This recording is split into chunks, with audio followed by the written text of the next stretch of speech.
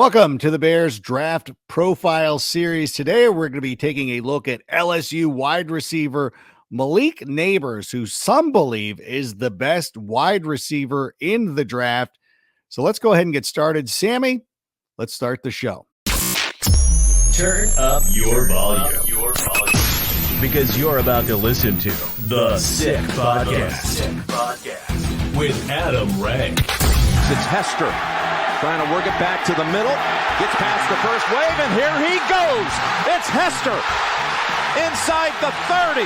Hester's going to take it all the way for a touchdown. And no flag, 92 yards. The sickest Chicago Bears and fantasy football podcast. Sports entertainment like no other. It's gonna be sick. All right. Thank you so much for being here. This is episode number 4 of the Bears Draft Profile Series. We've done a great job looking back at Caleb Williams, Rome Odunze. We had Fashanu talking a little offensive lineman. But now it's time to get into Malik Nabers. And doing that, joining us will be John Vogel from the Sick Podcast, Draft Vogel.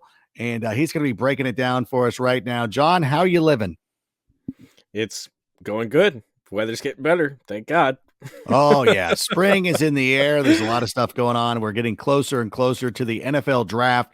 And so a little draft morsel that you dropped with us in episode number 2, talking about Rome Odunze. You had Rome Odunze as your number 2 guy of the perceived top 3 wide receivers entering this draft. We did not talk. We didn't spoil who your number 1 guy is. We will one way or the other. Of those top 3, where does Malik Nabers rank for you? This is my hot take. Okay. Oh boy. And yeah. Nabers is my Oh, one. I'm ready for it. Nabers is your 1, meaning Marvin Harrison Jr. will be your 3. And just to remind everybody, we'll be talking about Marvin Harrison Jr. in a future episode. So make sure you have liked and subscribed to not only this podcast, but make sure you're liked and subscribed to the Sick Podcast, Draft Vogel. So you got Malik Nabers at number 1. You know what? I don't find it that outlandish because I'm starting to see more momentum behind Malik Nabers. Why is he your number 1 guy? When you the first thing is versatility is a huge aspect of, evaluating a wide receiver at this point. If you really look at the direction of the position over the last 5-6 years, first off, run after catch is becoming king. Yes. That's the first thing that you got to be able to do. You got to be able to line up out anywhere, across the line of scrimmage. And the more places that you can line up and run routes from, the better that, teams are going to like you. And so with Malik, the first thing that kind of stood out is he can win from the boundary, he can win from the slot. And they used him in a lot of different, motion type scenarios where, you kind of saw this year the running receiver come into play. Where you took like a scat back wide receiver or a scat back running back that could catch really well. It kind of blended those roles, and just about every team rolled out with one. Nabers can kind of do a little bit of that too, So on top of the special teams, ability that he would bring, so it's really just run after catch ability to win from pretty much any point of the field. He's got really good speed. His body control's excellent. I thought he was a really solid route runner that could get through, press and jam, get off the line of scrimmage. Really separates there in a, Jamar Chase-esque type way. 20 yards down the field, he hits another level, another gear. And overall, it's just what can he not do? I guess is kind of the question. He can dominate from the slot. You can put him out. I really think he's still a number 2. I wouldn't want him as my number 1. I would want to have somebody, to take some attention away. But I think he's a number 2. But I do like him better than anybody else in the class personally. Now I'm also SEC guy, Nashville, right? So of course. So I'm going to lean on my SEC guys. Well, you got Jamar Chase and you've got Justin Jefferson being so successful in the league. How does he compare to those guys? Is there one player that is he more Justin Jefferson or is he more Jamar Chase? He's definitely more Jamar Chase, where he's going to be about the same size as Chase was when he came out of LSU, right there, just under 6'1", 190 range. That's where those guys kind of sit.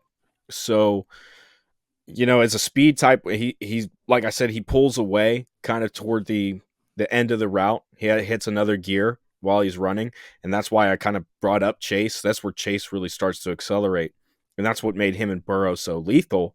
We talked about this on my show a lot, where they had this chemistry where, Burrow was able to know exactly when Chase was going to hit that next gear and just place it to him perfectly before he'd even started.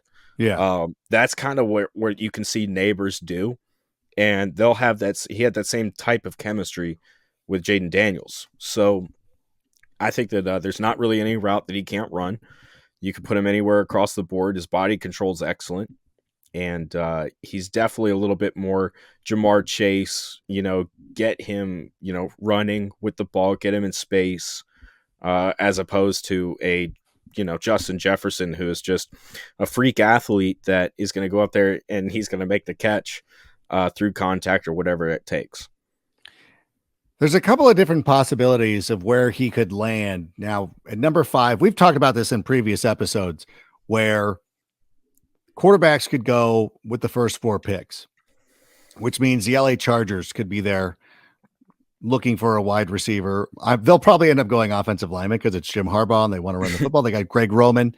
So maybe a wide receiver doesn't make the most sense, but would he be better off? I mean, I guess, I don't know, fantasy's different, but being a number 1 with the Chargers or being the 3rd option, maybe the 4th option with the Chicago Bears, where do you think he flourishes the most as a player? Yeah. Chicago. Right? Yeah. Because think about it this way.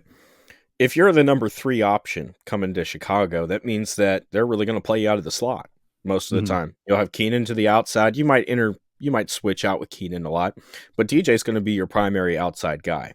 So if I've got him in the slot with those 2 guys outside, I can't put a lot of attention as a defense on Nabers because I've got to take care of Allen, who is probably the greatest possession receiver that's been, in our generation, I think.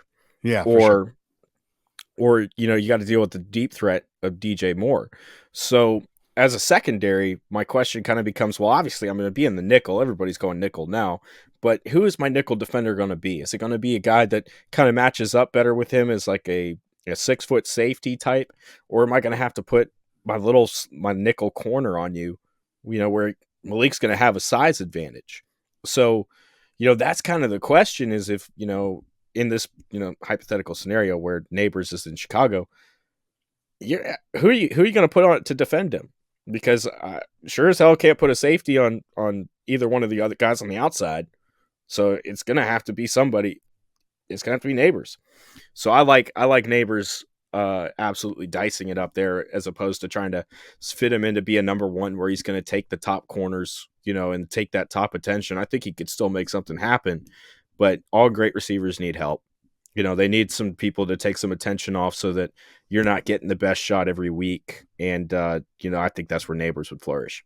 I love that idea as well, because I understand the Bears will look at offensive linemen and at some point we'll go through some of the edge rushers too. Cause that's always my joke is that at number 9, the Bears are going to have an opportunity to take one of the top 3 wide receivers, Rome Odunze, Marvin Harrison Jr., or Malik Nabers, one of those guys falling there, or else they might be able to trade up a spot or 2 and then just take Dallas Turner or do something like that. Like, yeah, of course it's still a Bear. I just feel like there's such a value that if you're going to draft Caleb Williams and you really want to do what's best for him, you draft somebody, if it's Malik Nabers, Odunze, Marvin Harris, whomever it is, you draft that player because we don't know how long Keenan Allen's going to play.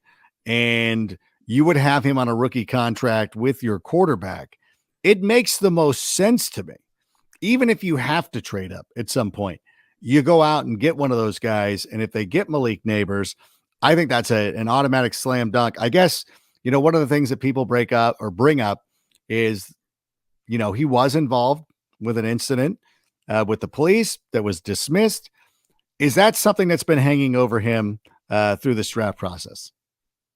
No, not necessarily. I think if it was, you would have seen him measure in at the combine and you would have seen him go through some combine drills and do a workout. Typically when you're opting out of, things like that at the combine, it's because you've got it in the back. You already have a really good idea of where you're going, Teams are telling, it's like Marvin Harrison Jr. this year, didn't do a workout throughout the entire process. And it's literally because teams told him, hey, you're good. We're not worried about it. We don't need to see anything from you. So I would think the Neighbors is probably getting the same, same vibe check conversations. Yeah, where he's good. You don't have to worry about him as much.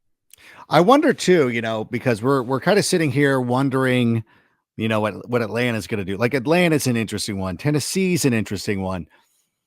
Do you see him as a great fit for that? Because that's what kind of scares me. Like I wouldn't mind if the Bears have locked in on a guy, whomever it is, if the Bears do move up, okay, maybe we switch from 9 to 6 or 9 to 7, whatever it's got to be to go ahead and ensure that you get one of those guys. Is Malik Nabers the guy that you're moving up for? Yeah, I would think so. Unless you might like Marvin Harrison Jr. too. But I think for me, if I'm doing it, if I'm Ryan Poles, I'm going to move up to get him because I can let him eat out of the slot until Keenan's done playing. And then at that point, I'm going to feel very comfortable about him moving out there, assuming I still got DJ locked up in a deal and the DJ is still playing at a high level.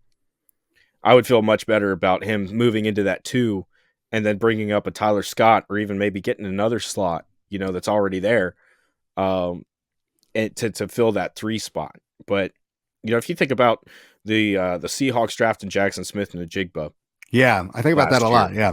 And Shane Waldron was the offensive coordinator there when they did that. Ironic, right? So they drafted him to play out of the slot and, with 2 wide receivers already on the team. So Jackson Smith and Njigba in terms of size and ability, a little bit slower, but very similar type of player. So it would make a lot of sense to go get a guy like Neighbors to fill that slot. And then eventually, when one of those guys moves on, which that's exactly why Seattle took Jackson Smith and Njigba, Tyler Lockett's getting old. We're going to have to replace him soon. We'll just move Smith and Njigba to the outside and bring up another slot receiver. Yeah, it really does make a lot of sense. And of course, we're still hoping that one of those 3 guys is going to end up landing up at number 9. Well, I want to thank you so much for being here today to be a part of the Bears Draft Profile Series. Again, we've had 3 previous episodes. We're going to have more coming in the next couple of days. I implore you to like and subscribe to this page, or also do both. Like and subscribe the Sick Podcast, Draft Vogel, to get more draft content coming your way. So I want to thank John so much for being here. Until the next time, we'll see you then. Sammy, go ahead and play us out. And that's a wrap. Hope you don't miss us too much until next time. Follow the Sick Podcast with Adam Rank on YouTube, Instagram, Facebook, Google Play, and Apple Podcasts.